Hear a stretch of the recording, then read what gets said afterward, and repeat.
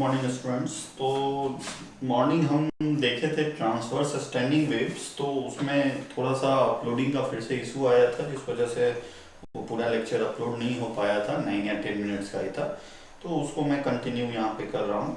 आप लोग थोड़ा सा पैरेलली नोट्स बनाएंगे, क्योंकि जैसे ही क्लास ओपन होगा मैं सबसे पहले ईच इंडिविजुअल का नोट्स ही चेक करूँगा जो भी लेक्चर मैंने लिया है। तो नोट्स के रिगार्डिंग बहुत सीरियस रहेंगे, और होमवर्क जो भी होमवर्क मैंने दिया है आप उसको सीरियसली कंप्लीट करिए। Some of the students are sending me regularly, some of you are not sending, तो बी अवेयर ऑफ दैट। आपको भेजना है ना। आपका question day by day add ही होते जा रहा है, तो आप अगर उससे स्किप नहीं कर सकते। ठीक, तो ट्रांसवर्स स्टेशनरी वेव्स में हम लोग देख रहे थे। ट्रांसवर्स स्टेशनरी वेव्स में फर्स्ट मैं रिकॉल कर दे रहा हूँ। फर्स्ट के लिए एक लूप के लिए हम लोग निकाल चुके थे। एक लूप मतलब हमारे पास एक स्ट्रिंग है जिसका लेंथ L था, और वो दोनों साइड से रिजिड एंड से फिक्स था, और इस स्ट्रिंग का लेंथ L था। तो इसमें एक लूप अगर बन रहा है तो एक लूप के लिए ये दोनों पोजीशन जो हैं ये मिनिमम डिस्प्लेसमेंट के हैं, तो ये भी नोड्स और ये भी नोड्स, ठीक है। और ये वाला पोजीशन जो है एंटी नोड्स, और ये भी एंटी नोड्स, ठीक है। तो दोनों ये नोड्स हो गया और ये एंटी नोड्स हो गया। अब हम क्या करेंगे इस दोनों केस को डिस्कस करने के लिए कि अगर इस पूरे का लेंथ L है, तो हमने क्या देखा था कि अगर इस पूरे का लेंथ L है तो इसमें नोड्स, दो कंसेक्यूटिव नोड्स बन रहे हैं जो मिनिमम डिस्प्लेसमेंट का पॉइंट होता है, और दो नोड्स के बीच डिस्टेंस कितना होता है, λ/2। दोनों नोड्स के बीच डिस्टेंस होता है λ/2। So λ/2 is equals to L, ठीक है। तो λ is equals to 2L, right. This λ is equals to 2L। So v, speed of sound wave, speed of sound wave v is equals to f lambda. So f is equals to v by lambda. So this is v by 2L. This frequency is known as fundamental frequency or fundamental frequency और minimum frequency। और इस frequency के लिए जो wavelength होगा वो maximum होगा। इस frequency के लिए जो wavelength होगा वो maximum होगा। आगे हम इसी को v is equals to √T by mu. तो ये T क्या होता है, टेंशन, और ये म्यू क्या है, मास पर यूनिट लेंथ, मास पर यूनिट लेंथ। तो हम इस v की जगह अगर इसको पुट कर देंगे तो 1/2L √T बाई म्यू, ठीक है। 1/2L √T by mu. तो ये हमारा फ्रीक्वेंसी हुआ, और फंडामेंटल फ्रीक्वेंसी हम इसी को बोलेंगे फंडामेंटल फ्रीक्वेंसी, क्योंकि ये मिनिमम फ्रीक्वेंसी हुआ। This is fundamental frequency, we will call it, right. अब इसी में हम देखते हैं व्हेन केस 2 में when two loops, when the string form to loops. तो अगर स्ट्रिंग जब हमारा दो लूप्स बनाएगा, उस केस के लिए अगर हम इसको देखेंगे तो अभी भी इसका लेंथ कितना है, L ही होगा ना। अभी भी इसका लेंथ L है और ये दो लूप बना रहा है, तो this is the two loop, right. तो ये फिर नोड बन गया, यहाँ भी क्या बन गया, नोड बन गया, और यहाँ भी क्या बन गया, नोड बन गया। ये एंटी नोड बन गया, ये भी एंटी नोड बन गया, ये भी एंटी नोड बन गया, और ये भी एंटी नोड बन गया, राइट। तो दो loops, when two loops, how many nodes, nodes कितने हैं बने हमारे पास, 3। एंटी नोड्स कितने बने, anti nodes 2। When two loops, nodes are 3, anti nodes are 2, right. तो जब हमारे पास 3 नोड और 2 एंटी नोड हैं, तो इसके बीच दो नोड्स λ/2, इसके बीच दो नोड्स λ/2, तो λ/2 plus λ/2 is equals to L। So lambda is equals to L.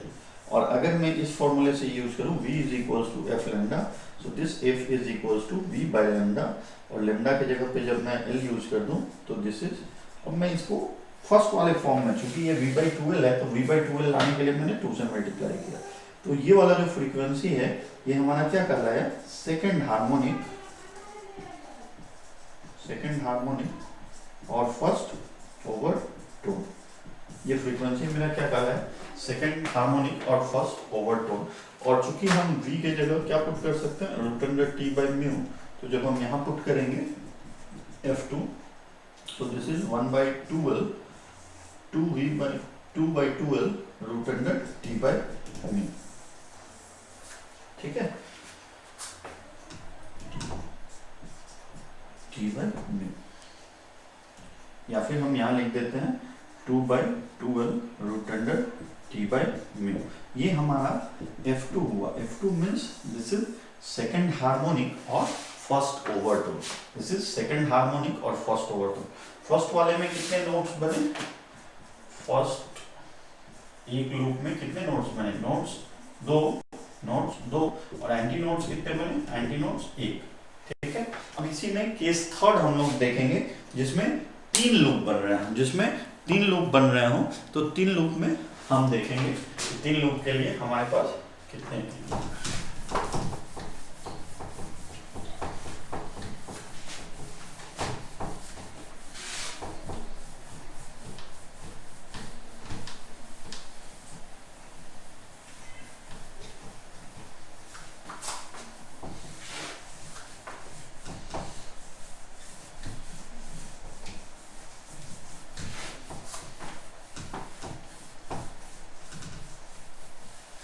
तीन लूप्स के लिए हमारे पास कितने बनेंगे वो हम देख रहे हैं।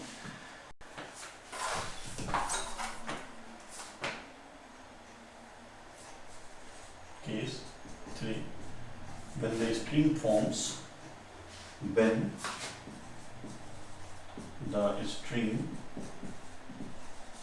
forms 3 loops, अगर 3 लूप बनेंगे तो हमारे पास कितने नोट्स और कितने एंटी नोट्स बनेंगे। तो वो पहले हम 3 लूप बना लेते हैं। ये दोनों साइड से स्ट्रिंग हमारा फिक्स हो गया। इस लेंथ कितना है इसका, L।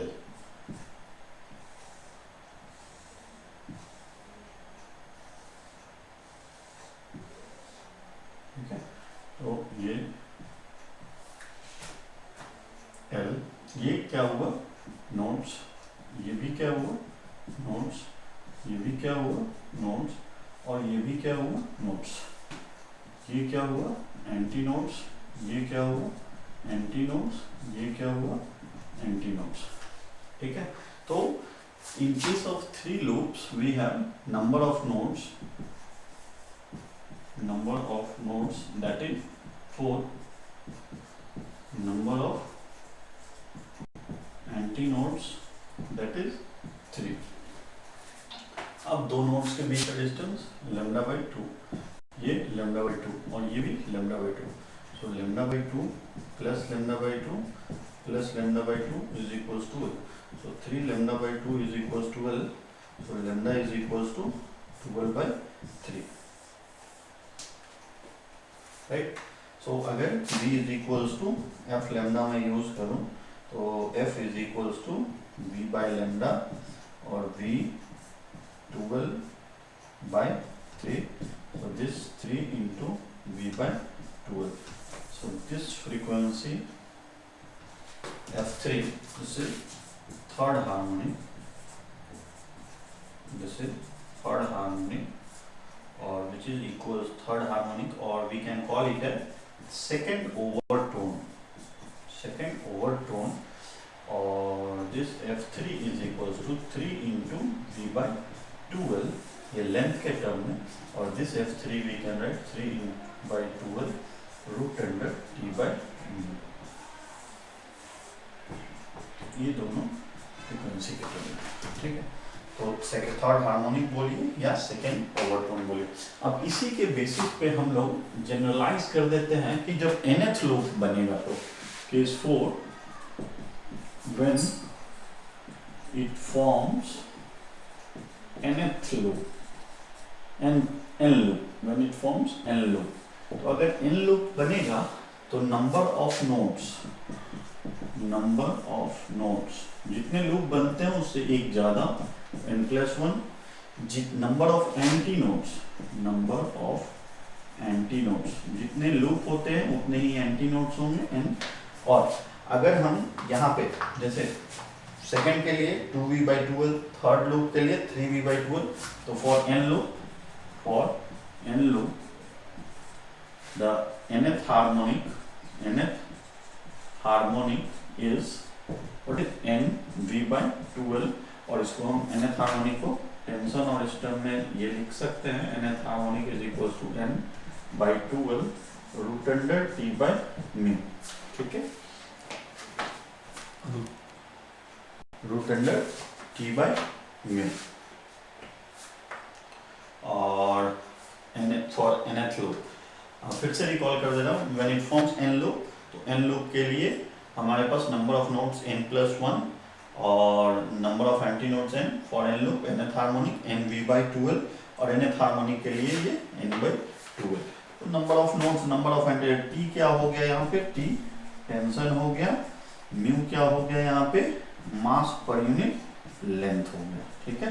तो अगर ये किसी दोनों एंड से फिक्स्ड हो गया ये, तो दोनों एंड से अगर ये वैल्यू फिक्स्ड होगा, दोनों एंड से अगर हमारा स्ट्रिंग फिक्स्ड होगा, तो हम जनरलाइज कर लिए। फर्स्ट हार्मोनिक क्या आया v/12, सेकंड हार्मोनिक क्या आया 2v/12, थर्ड हार्मोनिक क्या आया 3v/12, और nth हार्मोनिक क्या आया nv/12। अब देखिए थर्ड हार्मोनिक तो ओवरटोन कौन सा है, सेकंड, मतलब एक कम, तो nth हार्मोनिक तो ये वाला वैल्यू, इसको हम क्या बोलेंगे nv/12, this is n-1th overtone, मतलब ओवरटोन हमेशा हार्मोनिक से जो होगा, जो भी हार्मोनिक होगा उससे एक कम होगा ओवरटोन, n-1th हार्मोनिक, ठीक है। क्योंकि जनरलाइज देखिए यहाँ पे थर्ड हार्मोनिक 3v/12, तो कौन सा ओवरटोन हुआ, सेकंड ओवरटोन, सेकंड हार्मोनिक तो कौन सा ओवरटोन हुआ, फर्स्ट, तो nth हार्मोनिक विच ओवरटोन n-1। ये कंप्लीट थ्योरी इसमें है। अब हम इसके बेसिस पे जो न्यूमेरिकल्स हैं उसको सॉल्व करते हैं, और अगर कहीं इसमें दिक्कत आए तो आपको पूछना है, ठीक है। तो मैं 1 बाय 1 क्वेश्चन लिखूंगा और उसको सॉल्व करूंगा, आपको ध्यान देना है इसे, ठीक है।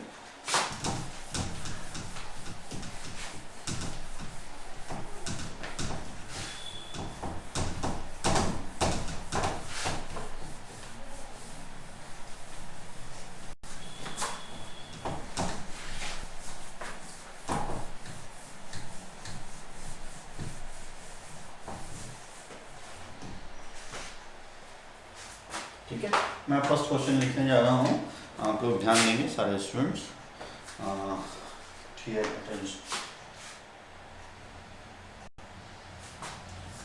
फर्स्ट क्वेश्चन क्या है मेरा, देखिए, ए standing wave having 5 nodes, A standing wave having 5 nodes and 4 antinodes, 5 nodes and 4 antinodes, is formed between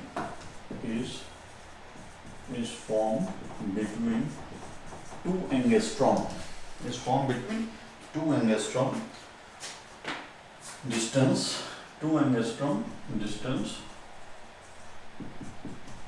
Find the wavelength. तो कितने नोड्स और कितने एंटी नोड्स बन रहे हैं वो देख लीजिए, और उस बेसिस पे तो 5 नोड्स और 4 एंटी नोड्स, देखिए यहाँ पे 2 node, 3 node, 4 node, 5 node, this is the position of nodes, 3 node, 4 node, 5 node. तो 5 नोड्स तो एंटी नोड हमेशा एक कम बनेंगे, और एंटी नोड्स का पोजीशन क्या हो गया, maximum displacement is known as anti nodes, तो 5 नोड्स और 4 एंटी नोड्स, और उसके बीच का डिस्टेंस कितना गिवन है हमें 2 एंगस्ट्रॉम, और हमसे क्या कहा जा रहा है, हमसे पूछा जा रहा है कि फाइंड द वेवलेंथ। तो दो नोड्स के बीच डिस्टेंस कितना होता है लैम्डा बाई 2। दो नोड्स के बीच डिस्टेंस कितना होता है लैम्डा बाई 2। दो नोड्स के बीच डिस्टेंस लैम्डा बाई 2। दो नोड्स के बीच डिस्टेंस लैम्डा बाई 2। तो सबको अगर हम ऐड करते हैं this lambda by 2 lambda by 2 lambda by 2 lambda by 2 that is equals to 2 angstrom. So this is 2 lambda is equals to 2 angstrom or lambda is equals to 1 angstrom. This is the wavelength. We can convert it into lambda is equals to 1 into 10 to the power minus 10 meter, or we can call it as 10 nanometer or 10 to the power nanometre के लिए क्या करेंगे -9 तो 10 से multiply कर लेंगे, है ना। तो ये हमारा वेवलेंथ हो गया, इसको नोट कर लेंगे। देखिए बेसिक क्वेश्चन है 5 नोट्स और 4 एंटी नोट्स फॉर्म, तो मैंने 5 नोट्स और 4 एंटी नोट्स बना दिए।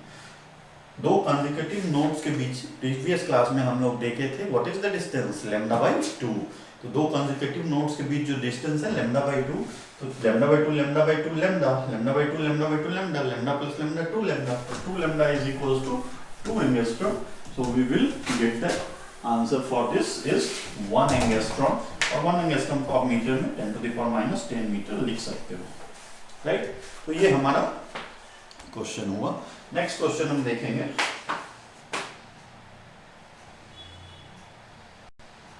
दूसरा क्वेश्चन है a stretched string is 2 meter long.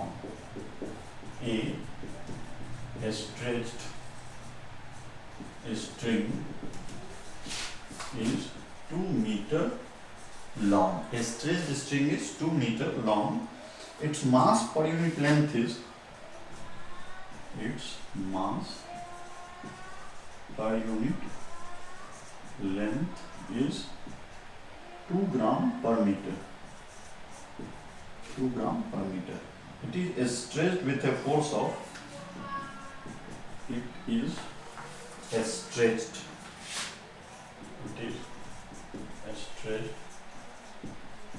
with a force of 720 Newton. It is plugged at a distance of 10 centimeter. It is plugged at a distance of 10 centimeter from one end,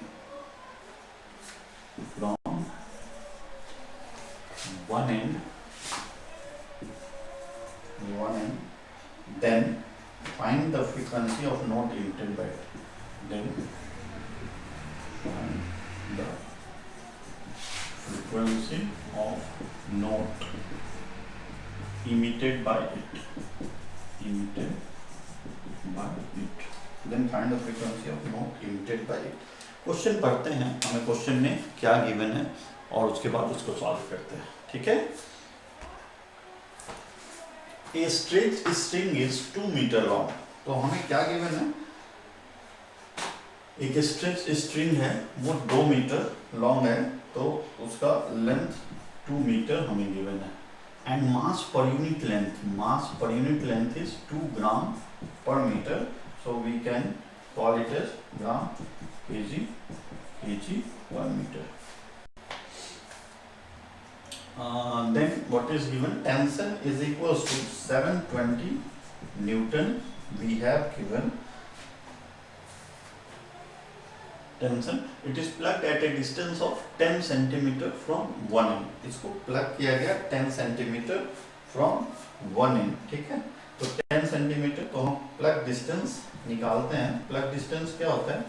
plug distance का formula मैंने बताया था L by 2p। Plug distance का formula क्या था? L by 2p। तो length कितना है? 2 मीटर और डिस्टेंस 10 से 2 into 10 centimetre, so this becomes 2 cancel, so 10 loops. कितने लूप्स बनेंगे इसमें?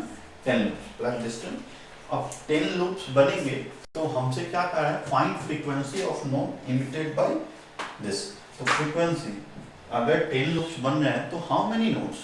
10 एंटी नोट्स, और नोट्स कितने बनेंगे? 1 मोर, ठीक है। अगर एक लूप में था तो दो लूप में था तो 3। अगर आप पीछे रिकॉल करेंगे तो आपको दिख जाएगा वो, ठीक है। तो 10 लूप्स के लिए हमसे पूछा जाएगा व्हाट इज द फ्रीक्वेंसी। तो 10 लूप्स के लिए the frequency will be first loop v/12, second loop 2v/12, third loop 3v/12, तो 10 लूप्स 10v/12, राइट। और v को फिर हम क्या लिख सकते हैं 10/12 root under t by mu, ठीक है। और जब हम इस सब में इसकी वैल्यू रखते हैं तो 10, 2 लेंथ 2 मीटर, टेंशन 720 न्यूटन और mu, the value for mu is 2 into 10 to the power -3 kg per metre, ठीक है। तो हम क्या करते हैं, दिस इज 10/4 और ये रूट 720 10 टू द पावर 3/2। तो अगर हम इसको सॉल्व करेंगे तो दिस इज 10/4 और ये 2 36 6 और 10 स्क्वायर, ठीक है, 5 2 3, ठीक है। So this is the frequency 1500 Hz, right? So which harmonic? This is 10th harmonic. This is 10th harmonic. 10 loop बने तो लूप कैसे डिसाइड किया, प्लग डिस्टेंस से p/2l, l/2p, ठीक है। प्लग डिस्टेंस से हमने नंबर ऑफ लूप डिसाइड किया। नोट करेंगे इसको भी, नोट करेंगे इसको भी।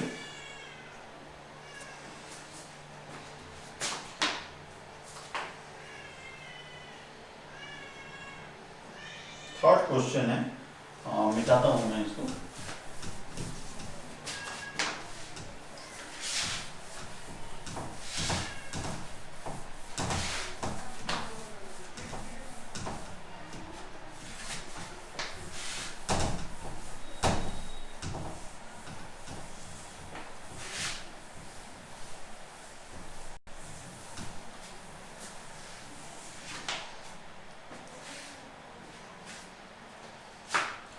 तीसरा क्वेश्चन देखते हैं कि तीसरा क्वेश्चन क्या है।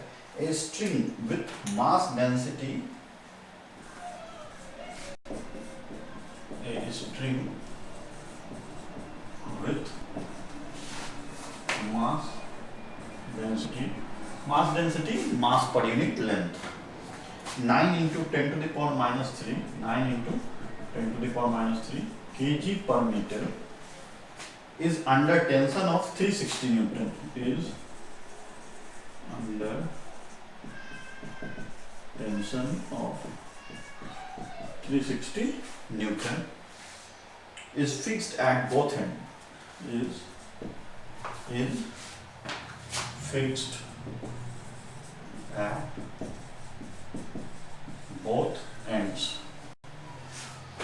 One of its resonance frequency is 470 Hz. One of its resonance frequency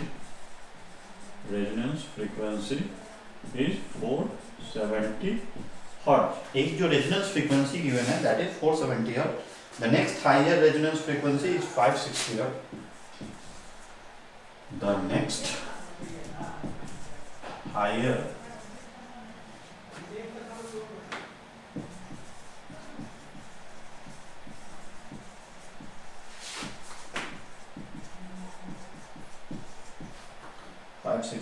Hz. Find the mass of the string.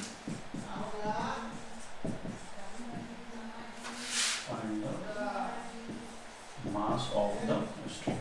हमें इस स्ट्रिंग का मास कैलकुलेट करना है, ठीक है। तो first fundamental frequency f1 is equals to f, this f2 is equals to 2f, this f3 is equals to 3, ठीक है। और फंडामेंटल फ्रीक्वेंसी का फॉर्मूला क्या होता है, f is equals to 1/2l root under t by v, ठीक है। क्योंकि फंडामेंटल फ्रीक्वेंसी क्या होता है, this f is equals to v/2l और v के बदले हम क्या लिख सकते हैं, t by v 1/2l। So the length here we have even the length, no, तो दोनों फ्रीक्वेंसी के बीच डिफरेंस हम निकाल लेते हैं पहले। This f is equals to 1/2l root under tension that is 360 और म्यू का वैल्यू कितना है 9 into 10 to the power -3, तो ये 4, f is equals to 1/2l 4 10 to the power 4, so f is equals to 1/2l, this is 2 into 10 to the power 2, right. और ये fundamental frequency है, this is fundamental frequency. ये जो value हुआ ये fundamental frequency है। हमसे क्या पूछ रहा है कि इसका मास कितना होगा, ठीक है। तो अगर हम और दोनों फ्रीक्वेंसी का डिफरेंसेस आई थिंक गिवन है हमें कितना, दैट इज एक तो it's resonance frequency 470 hertz and the next higher resonance frequency is 560 hertz. दो फ्रीक्वेंसी हमें गिवन है, एक 470 हर्ट्ज और दूसरा 570 हर्ट्ज। तो इस दोनों को हम माइनस कर लें, F2 minus F1, this is 560 minus 470, what is that? 90 hertz.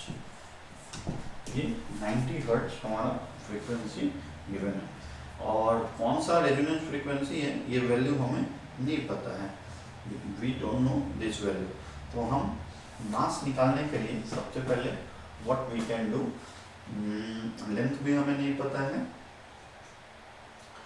सो अगर हम ये L का वैल्यू कैलकुलेट करें तो ये जो फ्रीक्वेंसी है 90 is equal to 1/12 2 into 10 to the power 2, तो 12 यहाँ लेते आइए, 2 से 2 को कैंसिल कर लीजिए, this L is equals to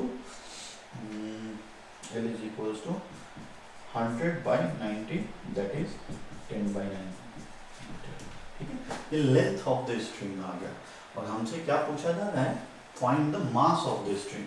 तो म्यू की वैल्यू कितनी है, 9 इंटू 10 टू द पावर -3, तो mass by length 9 into 10 to the power -3, length का वैल्यू है 10 9 is equals to 9 into 10 to the power -3, तो 9 cancel, this m is equals to 10 into 10 to the power -3, so we can call it as m is equals to 10 ग्राम और this much kg, this is the mass, ठीक है। और frequency का differences था तो यही fundamental frequency के लिए यूज किया, नहीं दोनों फ्रीक्वेंसी जो होगा क्योंकि सब में 90 का ही गैप होगा ना, F1 F2 F3 वो तो मल्टीप्लायर फिक्स होगा उसका, तो this is 10 to the power -3 और ये तो 10 into 10 to the power -3 that is 10 to the power -2, ठीक है, दोनों आप लिख सकते हैं, राइट। तो ये हमारा ये क्वेश्चन हुआ, और भी क्वेश्चन हैं इसके जो मैं कंटिन्यू करूँगा नेक्स्ट लेक्चर में, ठीक है।